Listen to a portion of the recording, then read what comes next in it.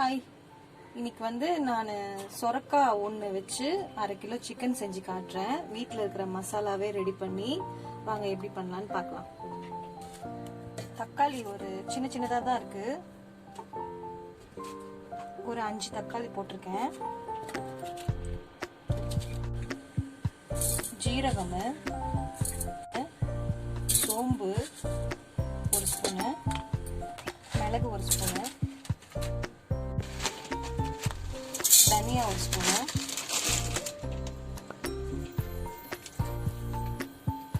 இஞ்சி பூண்டு. நான் காரம் கம்மியாக போடுறேன், ஏன்னா கொஞ்சம் மிளகு போட்டிருக்கேன். 2 பச்சை மிளகாய், ஒரு சின்ன சைஸ் பட்டை போட்டிருக்கேன், ஒரு 4-5 லவங்கம் போட்டிருக்கேன். இதுலயே வந்து மஞ்சத்தூள் போட்டுக்கிறேன் தேவையான அளவு. வாங்க இந்த மசாலா ரெடி பண்ணிக்கலாம். தேவையான அளவு ஆயில் ஊற்றிக்கலாம். ஒரு கறியில் போட்டுக்கலாம். ஒரு அன்னாச்சி பூ போட்டுக்கலாம். கொஞ்சோண்டு வந்து சோம்பு போட்டுக்கலாங்க. 2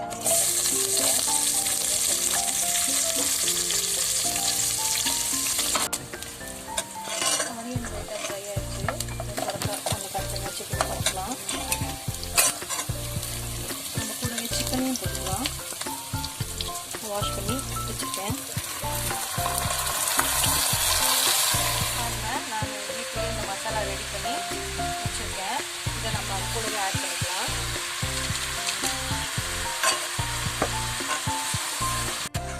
இதை வந்து ஒரு 15 நிமிஷம் நான் வந்து அப்படியே மூடி போட்டு வச்சிடுறேன். ஆல்மோஸ்ட் ரெடி ஆயிருக்கு. நல்லா வெந்திருக்கு.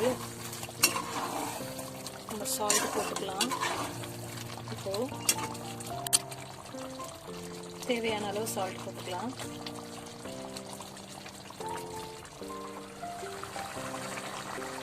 பாருங்க, நம்ம கிரேவி ரெடி ஆயிடுச்சு. சூப்பராக. இப்போ நம்ம சர்வ் பண்ணி லஞ்சு வந்து சாப்பிட ஆரம்பிச்சிடலாம்.